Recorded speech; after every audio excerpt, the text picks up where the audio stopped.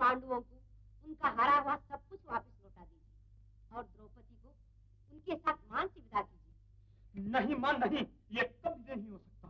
तो दुर्योधन, अब तुम्हारे ही कुकर्म से पुरोहित का सर्वनाश होकर रहेगा। नहीं नहीं, ऐसी भयंकर भविष्यवाणी मत कीजिए पितामह। मैं पांडवों को सब कुछ लौटा दूंगा। युधिष्ठिर, जो होना था हो गया। एक अशुभ घड़ी आई थी और चली गई।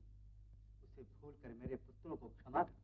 पिताजी, ये मेरी आज्ञा है दुर्योधन, उसे तुम्हें मानना ही होगा। चलो ये भी ठीक है दुर्योधन, पिता की आज्ञा मानना पुत्र का धर्म होता है।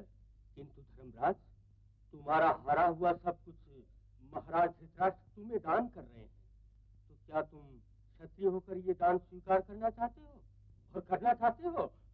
तो ठीक है। नहीं शकुनी नहीं, क्षत्रिय कभी दान स्वीकार नहीं कर सकते। चलो ये भी ठीक है, तो एक अवसर और ले लो और इस बार पासा भी तुम ही फेंको, ताकि किसी को किसी प्रकार का कोई संदेह न रह जाए। किंतु इस बार हम में से जो भी हारे वो 12 वर्ष के लिए वनवास और 1 वर्ष के लिए अज्ञातवास में रहे और उसका राज जीतने वाले के पास धरोहर के रूप में रखा जाए। मुझे स्वीकार है। भैया, बड़े भैया, बोलिए मामा अपने अंक। 6 और 4 हमारे, शेष तुम्हारे। 6 और 4 जीते। धर्मराज, अब अपने वचन का पालन करो और द्रौपदी के साथ 5 पांडव बन बन की ठोकरें खाओ। विधि का विधान अटल है रे भाई,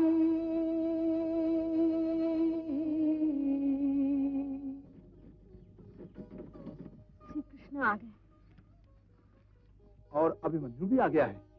भैया, अर्जुन, श्री कृष्ण जी आए। भैया, अभिमन्यु।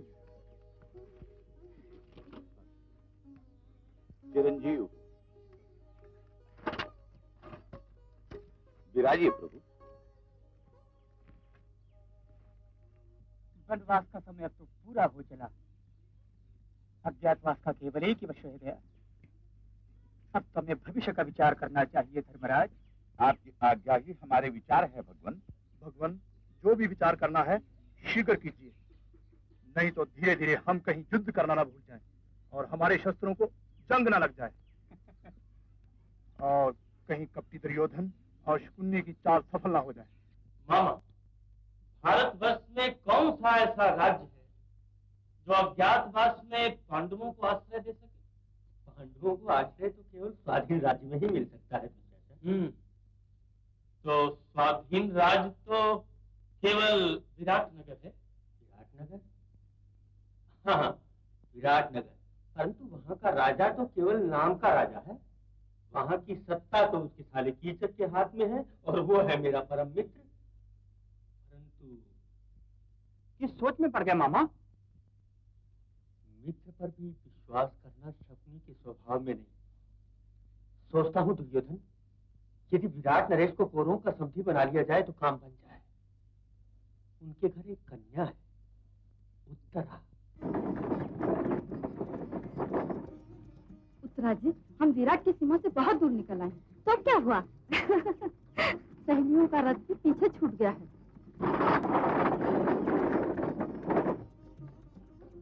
हम दोनों अकेले हैं, कहीं फंस गए तो?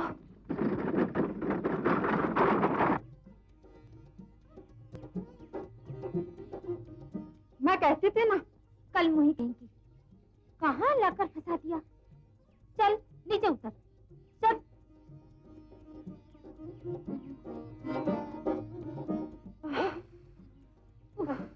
सुनंदा, जरा और उठा ना।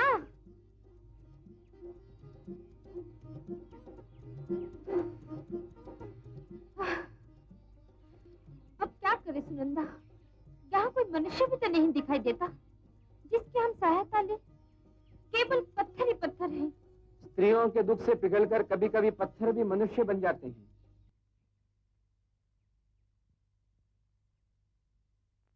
अगर संकोच न हो तो मैं आपकी सहायता करूं। सुनंदा, इनसे कह दे, विवेक देख के लड़की को छेड़ना सभ्य पुरुष को शोभा नहीं देता। सुनंदा, इनसे कह दो, अगर हमारा आभार माने तो हम इनकी व्यवस्था दूर कर दें।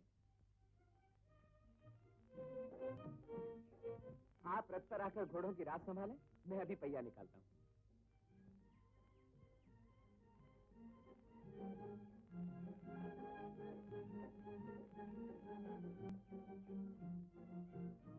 सुनंदा,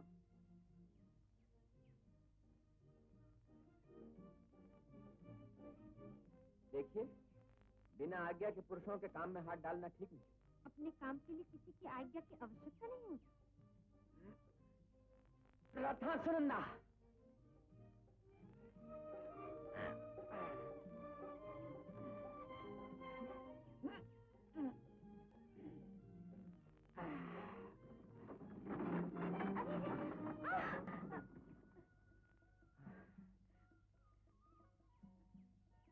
क्या मैं अपने सहायक का परिचय पूछ सकती हूँ? मैं हूँ अर्जुन पुत्र अभिमन्यु। और आप? विराट कुमारी उत्तरा। कहिए तो आपको विराटनगर पहुंचा दूं। आप मुझे अभय से दबाना चाहते हैं? मैं आपको पत्थरों से बचाना चाहता हूँ। अज्ञातवास का 1 वर्ष कठिन कसौटी है, आपको बड़ी सावधानी से बिताना होगा। पर कहाँ बिताना चाहिए प्रभु? ये एक समस्या खड़ी हो गई है। मेरी दृष्टि से इसके लिए विश्वासजनक स्थान केवल विराटनगर ही है। आप अपना देश बदलकर विराट राज के सेवक बन जाइए। मैं अभिमन्यु को लेकर द्वारका जा रहा हूँ। समय आते ही मैं विराट अवश्य आ जाऊंगा। जय प्रभु की इच्छा।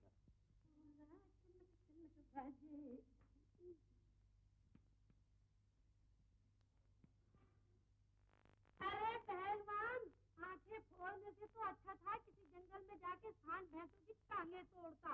ले ये उतार जल्दी, मेरी गर्दन मोच खा जा रही है।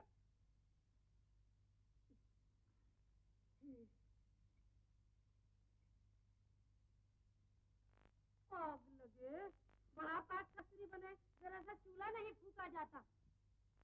आग लगे। अरे फूंक मार दूं तो तेरा प्राण उड़ जाए। हाय, मेरे प्राण तो उसी दिन उड़ गए थे जिस दिन ये तेरी भीम जैसी काया तेरी आंखों में धस गई थी। आग लगे। ये ढोल में से बांसुरी के सुर। बांसुरी के सुर? मुझे ढोल कहता है? अरे आग लगे तेरे मुंह को। अरे विराट वाले, कोई मुझे सुनहरी नागिन कहता है, कोई चंपा की कली, कोई मटर की फली, अरे कोई मुझे चांदनी रात कहता है, कोई गंगा की लहरें, और कोई मुझे गोभी गुलाब का फूल कहता है। और तूने मुझे ढोल कहा। पहलवान, मैं टुकड़े कर दूंगी। बुलबुली क्या है? बुलबुली क्या? तुझे कब से भंडारी वहाँ बुला रहे हैं और तू यहाँ बैठ बैठ के बल्लभ से बातें बना रही है? चल जा यहाँ से। जाती हूँ। चलो आता है, इधर जा उधर जा, जल्दी जा रही हूँ, ये कह रही है ना? ले तू उससे बातें मत उठा। बुलबुली बहुत अच्छी है। नहीं, गुलगुली तो यूं ही, वो तो समझ गई समझ गई।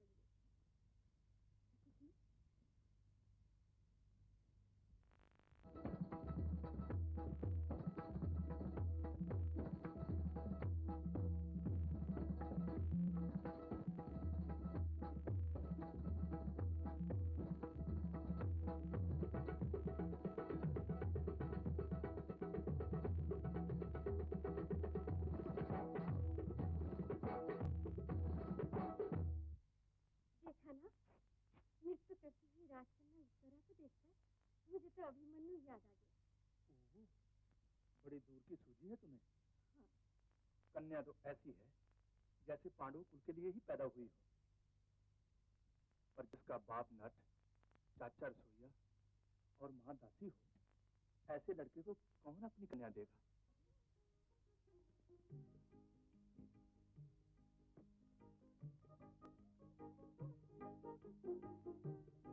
भ्रमर जैसी काली घुंघरानी की धनुषाकार भवी मटमाटे में। अच्छा जी, तो बेचैनी यहाँ तक बढ़ चुकी है। कैसे बेचैनी? मन के बासी को आंखों से देखने की बेचैनी, वो भी चित्र खींच कर।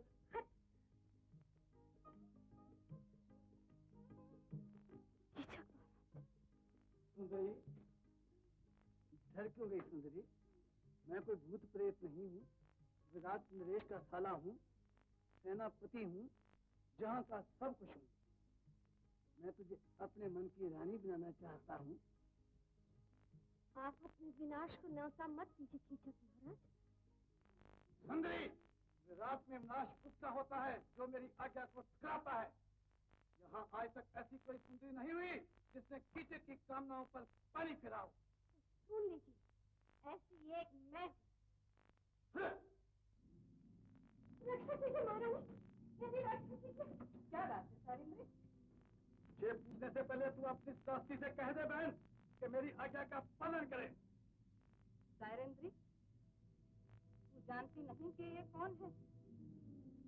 विराट के सेनापति की आज्ञा का पालन न करने का साहस तूने कैसे किया? वो इनकी उचित आज्ञा नहीं थी महारानी, बल्कि एक ऐसी इच्छा थी जो मेरी लाज की विरुद्ध। साथी, मेरी इच्छा ही विराट चक्र में आज्ञा मानी जाती है। बहन, आज रात भोजन के साथ मधु पात्र भी लेकर मेरे कक्ष में आए। 5-5 पतियों के रहते हुए भी मुझे आज असहाय की तरह लाचार होकर उस कामी कीचक के शयन कक्ष में भोजन के साथ मधु पात्र भी लेकर जाना पड़ रहा है। कीचक कीचक कीचक, मैं दुष्ट कीचक को उसी के रक्त के कीचड़ में अभी जाकर गाड़ देता हूँ। नहीं आशा, कहीं हमारा भेद खुल गया, इससे 12 वर्ष का वनवास भोगना पड़ेगा। ऐसा मत कीजिए। तब क्या करूं पंचाली? 12 वर्ष का वनवास देखूं या तुम्हारे आंसुओं में डूबती हुई अपनी कुल की प्रतिष्ठा? अवसर देखिए ना, मैं आज ही रात कीचक की शयन कक्ष में पंचाली, मैं उसे बहलाकर आधी रात को नृत्यशाला में